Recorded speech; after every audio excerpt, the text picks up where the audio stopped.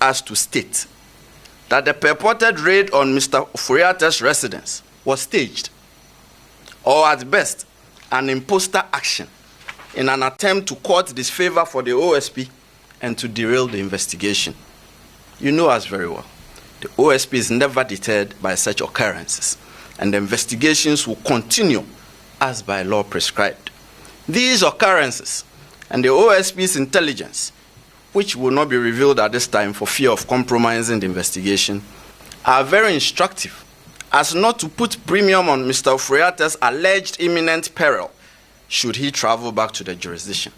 In any case, the purported medical letter transmitted through his lawyers to the OSP did not state so or demonstrate so. The OSP is unconvinced that the purported medical letter transmitted by Mr. Ofori through his lawyers to the OSP represents a medical report to the effect that Mr. Ofori is incapacitated or is so sickly and invalid to the extent that he is physically unable to return to the jurisdiction without imperiling his life. No serious law enforcement agency, and certainly not the OSP, will be convinced that the purported medical letter stops it from demanding the physical appearance of Mr. Ofori before it in the described circumstances. We are of the firm conviction here that this is only a ruse employed by Mr. Ofori in aid of his intention to avoid returning to the jurisdiction and to personally answer questions in respect of the investigations. We are convinced that the real intention of Mr. Ofori is what was communicated to the OSP in the very first letter transmitted by his lawyers on 31 January 2025. That is, he has left the jurisdiction indefinitely. That was what was communicated to us in the first instance, and that is his intention. He has no intention of willingly returning to the jurisdiction. That much is clear to us. Consequently, ladies and gentlemen of the media, the OSP declares Kenneth Nanaya Ofori a wanted person. He is a fugitive from justice. The OSP will take all necessary legal steps to secure his return to the jurisdiction and attendance at the OSP. And this is to Mr. Ofori. You have two choices. You can either return to the jurisdiction voluntarily, or the OSP will enforce your return. Another case update. The OSP has also commenced investigation into suspected corruption and corruption-related offenses in respect of the operations of the Minerals Income Investment Fund, MIF, especially regarding payments made in respect of Ejapa Royalties Limited, Small-Scale Mining Incubation Program, Quarry Value Addition Program, Asante Gold Corporation, Electrochem Ghana Limited, the Lithium Asset, that is Projected Lithium Focused Exploration and Development Corporation, Gold Asset 2, that is Enchi Gold Project, and all other investments by MIF, and funds expended on the chairman of the board of directors, the operational funds of MIF, purchase of parcel of land for intended office building, and all contracts and agreements entered into by MIF, and all publications, especially international publications by MIF. We are withholding the names of those under investigation for now, by targets 2 former officials and 2 serving officials of the fund. Third, the OSP has also commenced investigation into suspected corruption and corruption-related offenses in respect of an alleged embezzlement of 1.3 billion cedis from the Unified Petroleum Pricing Fund, UPPF, at the National Petroleum Authority, NPA. The investigation primarily targets the following persons: the coordinator of the UPPF, Mr. Jacob Amwa, NPA staff Frida Tando, NPA staff Wendy Ashon Newman, and the former chief executive of NPA, Mustafa Abdul Hamid. Lastly, it will be recalled that in the last quarter of 2023, the OSP and the Controller and Accountant General's Department jointly commenced corruption risk assessment and investigation into suspected corruption and corruption-related offenses in respect of government payroll administration.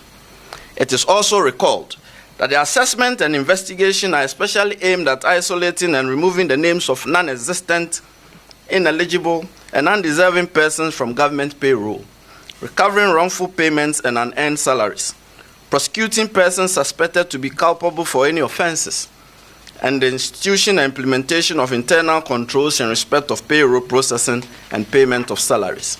We further recall, as you do remember, that to facilitate the rollout of the investigation and assessment throughout the country, a pilot exercise was carried out in the northern region, covering educational institutions under Ghana Education Service and the Tamale Teaching Hospital, by a joint team comprising investigators, tracers, and assessors from the OSP and selected staff of the Payroll Processing Directorate of the Controller and Accountant General Department between December 2023 and April 2024. Ladies and gentlemen of the media, I'm glad to announce to you that after thorough investigation, the OSP is now ready to commence the prosecution of persons suspected to have engaged in such conduct.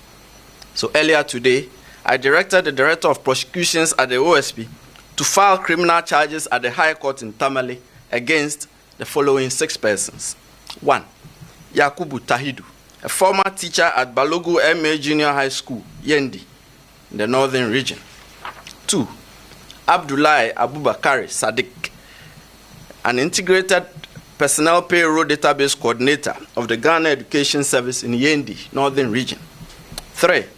Sami Suk, a schools improvement support officer for the Yendi North Circuit, northern region.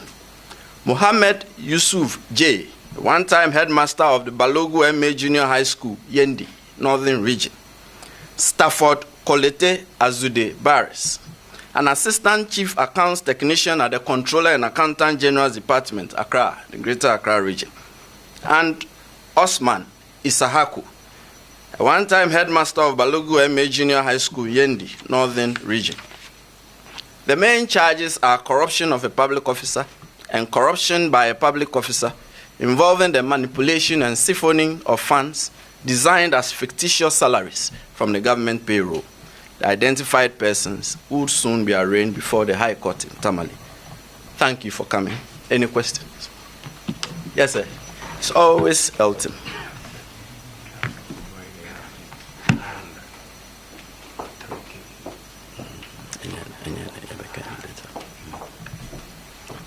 Yes, sir. Sorry. Thank you very much, sir. So you described Kenoforiata as a fugitive right away from justice. You declared him wanted, meaning you've come to the conclusion that he has questions to answer regarding the investigations that you have conducted. You referenced the National Cathedral, the SML, and others. Are you able to provide us some details as to his exact role in these matters that you come to the conclusion that secondly, declaring him wanted. The claim here is that he is on an indefinite medical leave. And I'm wondering, I mean, is there no room to allow him access to speak rather than take this route to declare him wanted? Let me answer. Elton, we'll carry the media along when we are ready to disclose the nature of his involvement in these investigations. When we started, it was 4, but by last week, it had become 5. So we're still opening it up. The more we go into it, the more we see things. So when we are ready to state, you know, we either come here to address you or we put it by way of publication on our website or directly to the media. Yes, indefinite medical review. We are not without the milk of human kindness to appreciate and reckon a person's medical condition. But when you conduct yourself in a certain way to suggest that all you are doing is just a ruse and that you have no intention of returning to the jurisdiction, that is the conclusion we have come to. You see, as I said, the first communication to us was clear, that he was away indefinitely from the jurisdiction on medical grounds. Then we pushed further. You cannot tell us that you've gone out of the jurisdiction on medical grounds on your say-so. If you're a serious law enforcement agency, would you just take a person's declaration that, oh, I am so much an invalid that I'm unable to come, you would demand, Elton, you would demand to know more, right? And that is exactly what we did. So we pushed. The response that came was unconvincing. That he may, at some future time, undergo possible